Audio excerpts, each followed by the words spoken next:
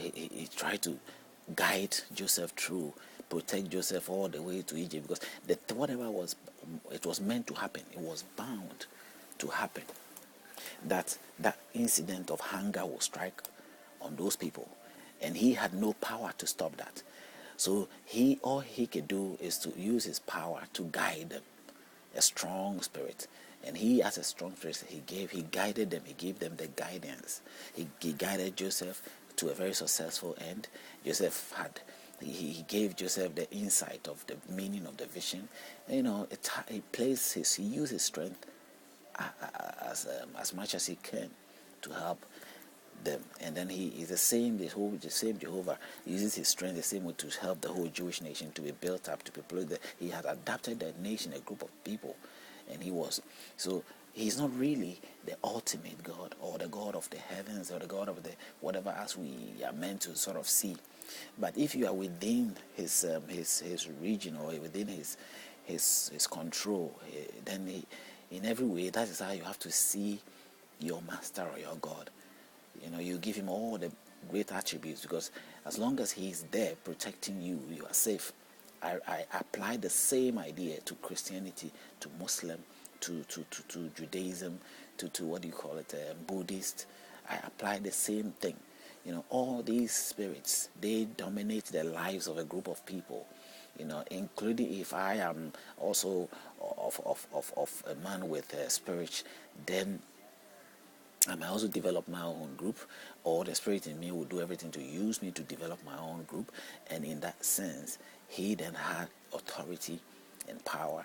And as far as he's accepted and embraced, his people will always have his assurance of protection, because every spirit has got his own dominant power, that dominated power, or somehow say his own strength that the other cannot invade. Sometimes, if that spirit is not so strong, or becomes weak, or his followers does not follow through, he sort of neglect them, and the people become overpowered.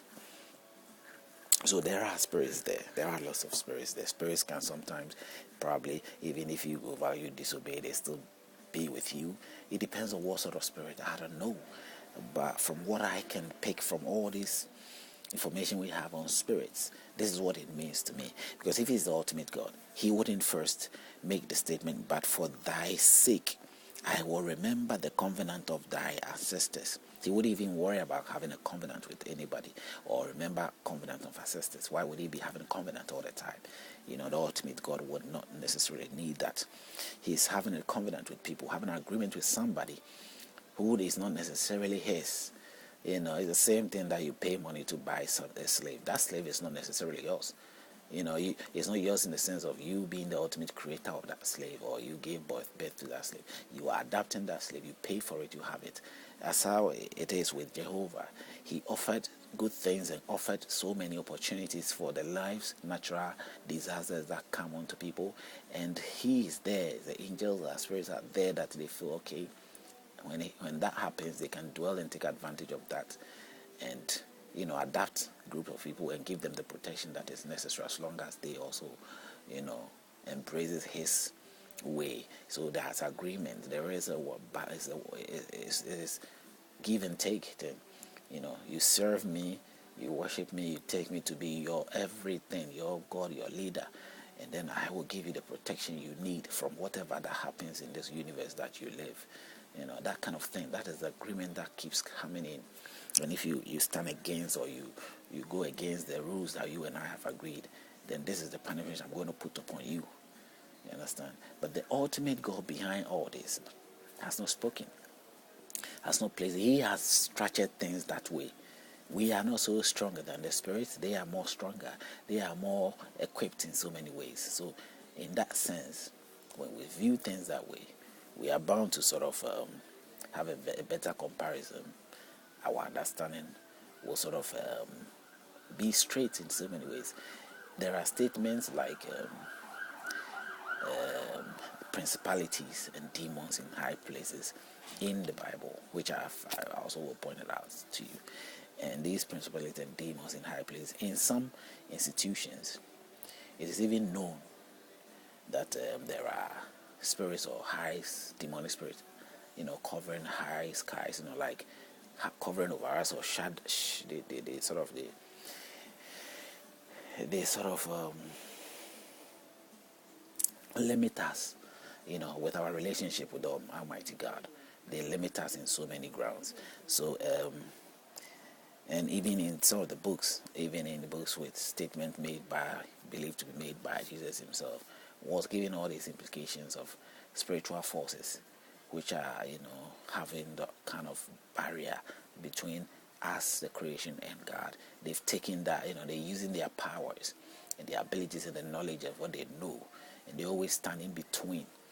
And they should probably in some ways acting as mediators, but in a harsh way, so that their mediating might not necessarily be acceptable to you in so many ways. But since they exercise in their strength, their power, their abilities, you cannot, which they already have the abilities, and they are even considered by God as, they are even more seen as the sons of God and closer to God than we as creation in so many ways, because they are specially made in that grounds.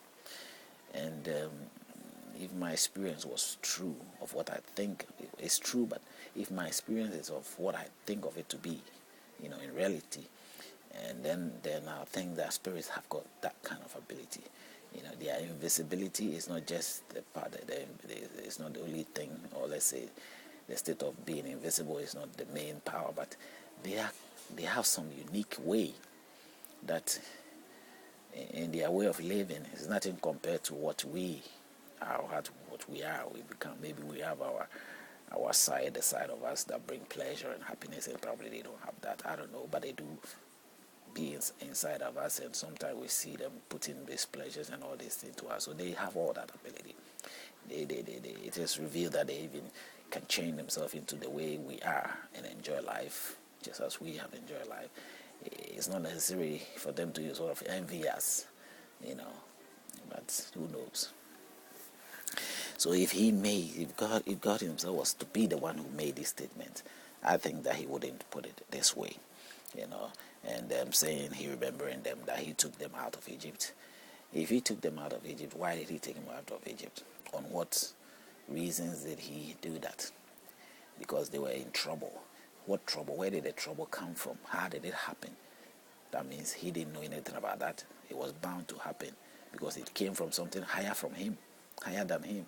And only he chose to stand there to protect us from that disaster that was supposed to happen. And he protected the Jews from that disaster. So he remembered them that what I did for you, you guys should appreciate and keep me as your Lord and your God. So it is the God and the Spirit of the Jews people, and not necessarily the ultimate God. And in 46, he sort of said, these are the status and the judgments and the laws which the Lord made between himself and the children of Israel on Mount Sinai by the hand of Moses. So it's like the rules and regulations that he has set between him and the children of Israel on the Mount Sinai through a prophet, as I said, through another prophet, a prophet Moses. Now if we move to Numbers, which reveals the persons and the properties dedicated to God. It's like Numbers is something to do with the fourth book of Moses, called the fourth book of Moses, which is Numbers. It also gives a brief. So inside, since one of the books of Moses, that's precisely what he want to say. And there's a book that also reveals some of these rules and all that, and if we jump on from 2, we jump on from 2 and we move on to 3,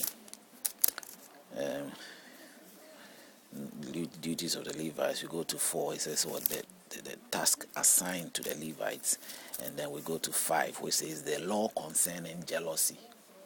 The law concerning jealousy.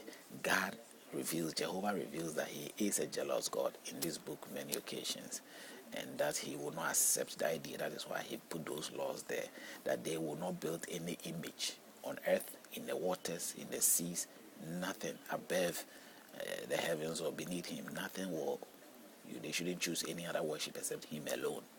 so that he can always guide them. So that he has the